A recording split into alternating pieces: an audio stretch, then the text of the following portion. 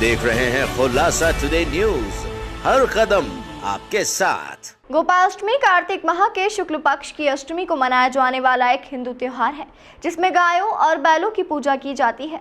मथुरा समेत देश भर में गोपाष्टमी का पर्व बहुत ही धूमधाम से हर साल मनाया जाता है। धार्मिक मान्यता के अनुसार कार्तिक माह की शुक्ल पक्ष अष्टमी तिथि पर जगत के पालनहार भगवान श्री कृष्ण ने गौचारण शुरू किया था, इसलिए इसी तिथि पर गोपाष्टमी का त्योहार मनाया जाता है।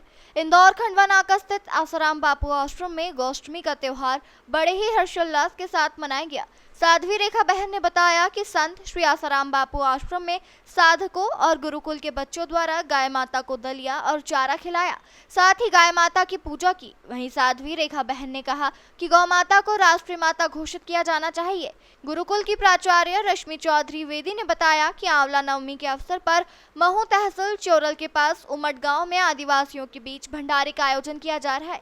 साथ ही साध्वी रेखा दीदी का सत्संग आयोजन भी किया जाएगा। आज इस गोपाष्टमी के निमित्त में ये गुरुकुल के छोटे छोटे बच्चे आए, इन्होंने अपने हाथों से गौ माता का पूजन किया, उनको गौग्रास खिलाया। और इससे क्या होगा कि बच्चों में गौ पूजन का संस्कार अभी से डल जाएगा। कल को जब वो बड़े होंगे तो वो समझेंगे कि गौ माता की महिमा क्या है। गौ माता की क्या महिमा है उसका वर्णन करने के लिए बैठेंगे तो विषयांतर हो जाएगा।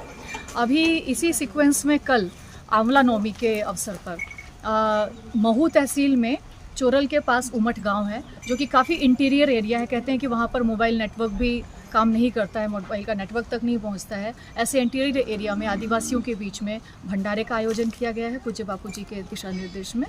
और साथ ही साथ में साध्वी रेखा दीदी जो कि छिंदवाड़ा से आई हुई हैं, उनका सत्संग भी वहाँ पर आयोजित होगा, तो सत्संग लाभ भी मिलेगा और भंडारे में जीवनोपयोगी सामग्रियों का भी वितरण किया जाएगा।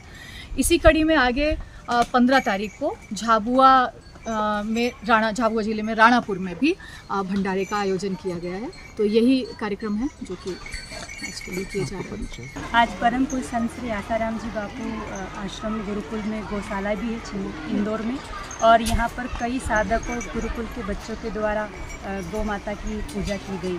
गौ माता हमारी देश की मतलब इनको माता की उपमा दी गई है, और वैसे जैसे महाराष्ट्र सरकार ने इसको राजमाता घोषित किया है, वैसे हम तो प्रार्थना करते हैं कि पूरे देश में सरकार इसको गौ माता को राष्ट्र माता घोषित करे, क्योंकि एक गौ माता ही ऐसा जीव है जिसका दूध, गोमूत्र, गोबर हर चीज़ उपयोग में आती है।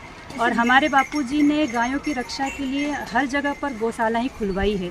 उनकी सेवाएं, उनका इलाज निःशुल्क और व्यवस्थित ढंग से यहाँ पर होता है। और सिर्फ बापू ने इसको कह के ही नहीं करके दिखाया है। इतने महानता होने के बावजूद भी बापूजी बोलते हैं कि गाय हमारा पालन नहीं, हम गायों की रक्षा करते हैं ऐसा नहीं, हम गायों का पालन करते ऐसी बात नहीं। गायें हमारा पालन करती है, गाय हमारी रक्षा करती है, क्योंकि गौ की हर चीज़ औषधि के रूप में उपयोग में की जाती है। गायों की जो ओरा होती है वो मानव का स्वास्थ्य में बहुत मदद करती है। ये तो वैज्ञानिक भी प्रयोग करके देखे कि सामान्य मनुष्य की ओरा और गायों की परिक्रमा करने के बाद में अगर उसकी ओरा चेक की जाए तो वो कई गुना बढ़ जाती है। तो स्वास्थ्य की दृष्टि से भी गायों का पालन बहुत ज़रूरी और होना ही चाहिए।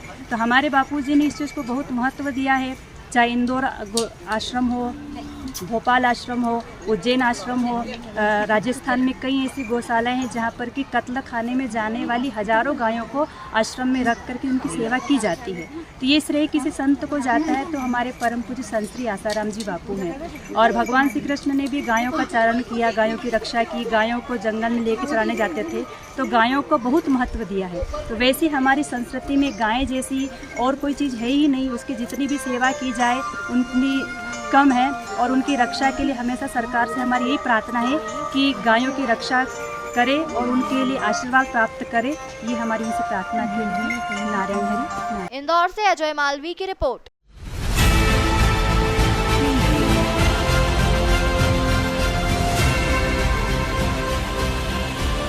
आप देख रहे हैं खुलासा टुडे न्यूज, हर कदम आपके साथ।